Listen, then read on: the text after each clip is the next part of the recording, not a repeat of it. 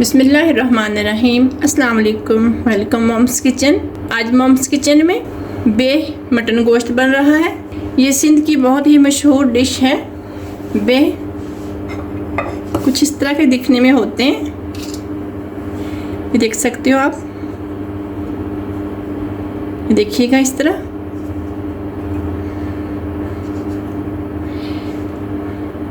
इस तरह के होते हैं दिखने में, ठीक है। ये सिंध की डिश है, बहुत ही मशहूर डिश है सिंध की। मटन का गोश्त 3 पाव, बे मैंने लिए 3 पाव, 2 नॉर्मल प्याज लिए, लहसुन और अदरक का पेस्ट लिया, 2 टमाटर और चंद हरी मिर्चें साबुत लिए, सूखा धनिया, ज़ीरा, नमक, लाल मिर्च, हल्दी।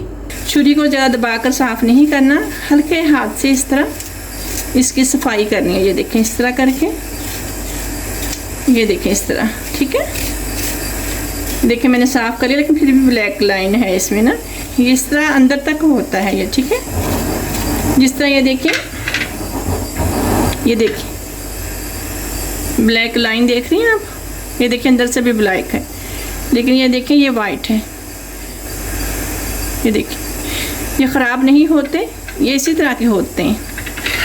अगर आप बाज़ार से ख़रीदें तो इसमें परेशान होने की बात नहीं है। ये मत समझिए कि ये ख़राब है तो वाइट ही पकाने हैं मैंने, नहीं, इस तरह नहीं होता, ये ऐसे ही होते हैं। ये सिंध की सब्ज़ी है, सिंधी लोग ज़्यादा खाते हैं। बस इस तरह, ये देखिए इस तरह मैं इसे धो लूँगी पानी से। मैंने धोकर इसे साफ़ कर लिया। धोने के बाद भी ये देखिए ब्लैक ये लैंड वगैरह है, इसका कोई मसला नहीं है, ठीक है। ये देखिए सिर्फ इतने मोटे आपने काटने इसके पीस। ये आलू की तरह बिल्कुल गलते नहीं हैं, ये सख्त सख्त ही रहते हैं। 20 मिनट के लिए हमें हल्दी डालकर पानी में इसे उबाल लेना है।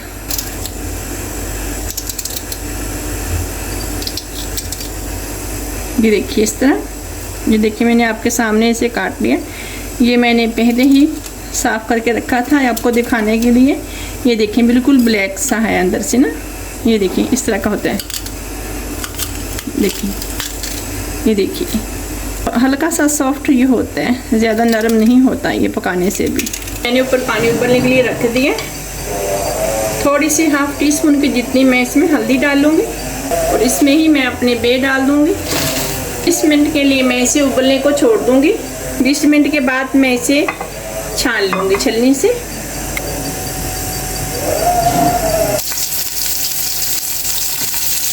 सिर्फ इतना ही ब्राउन मैंने इसे करना है, लाइट गोल्डन ब्राउन करने। ज़्यादा इस रेसिपी के प्याज ज़्यादा ब्राउन नहीं करते। इसी के अंदर हम लहसुन डाल देंगे, इसके साथ ही हम अपना मटन डाल देंगे।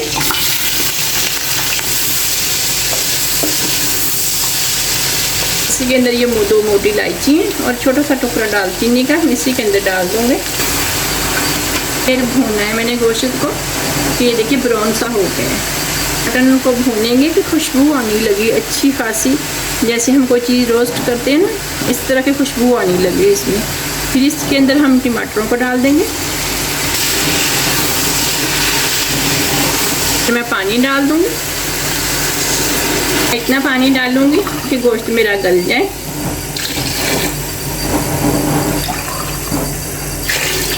तीन गिलास मैंने पानी के लिए हैं। तकरीबन 2 गिलास पानी में, या 3 कप पानी का हो या फिर 2 गिलास पानी के हों, उसमें गोश्त गलकर यखनी खुश्क हो जाती है। लेकिन मैंने 1 गिलास इजाफी पानी का डाला है, क्योंकि मुझे 1 गिलास यखनी का चाहिए इसमें से। इसको मैं ढक्कन लगाकर सीटी लगाकर 12 मिनट के लिए छोड़ रही हूँ। गोश्त मेरा बिल्कुल गल चुका है। 12 मिनट के बाद मैंने कुकर का ढक्कन उठाकर इस पतीले में शिफ्ट कर दिया, ठीक है। इसी पतीले में मैं भूनूंगी। देखिए अभी कुछ इसमें यखनी बाकी है।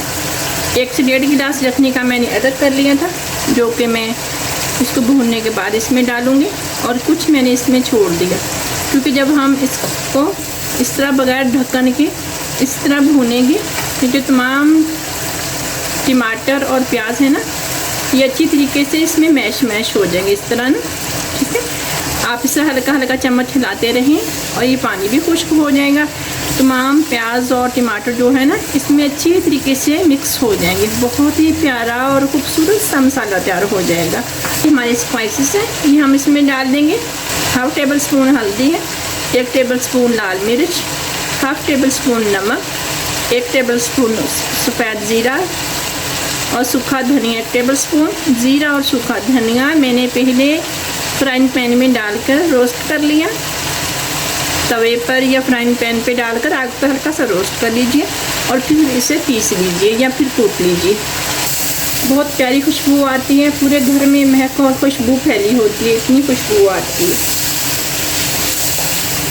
आप कोई भी देखें, अगर आप चाहेंगे स्पेशली आज मैंने कुछ बहुत ही अच्छा और बनाना है, खाना तो रोज़मर्रा का ही बहुत अच्छा और स्पेशल किस्म का हम बनाते हैं, लेकिन कुछ खाने या कुछ मेहमान या कुछ वक्त ऐसा होता है लेकिन हमने बहुत ख़ास कुछ बनाना होता है।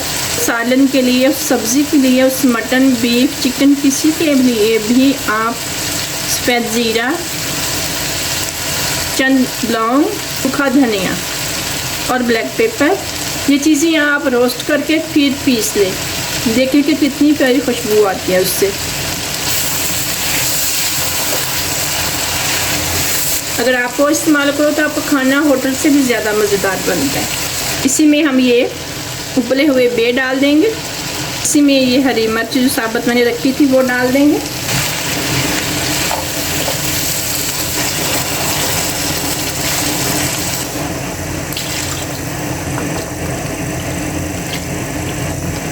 अब हम इसे 10 मिनट के लिए ढककर बनाएंगे नॉर्मल आग पर।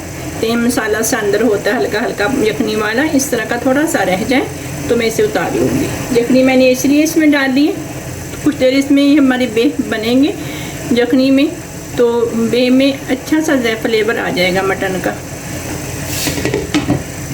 हमारा मटन बे तैयार हो चुका है, मैं अब इसे सर्व करूँगी। मुझे उम्मीद है कि आज की रेसिपी आपको पसंद आएगी।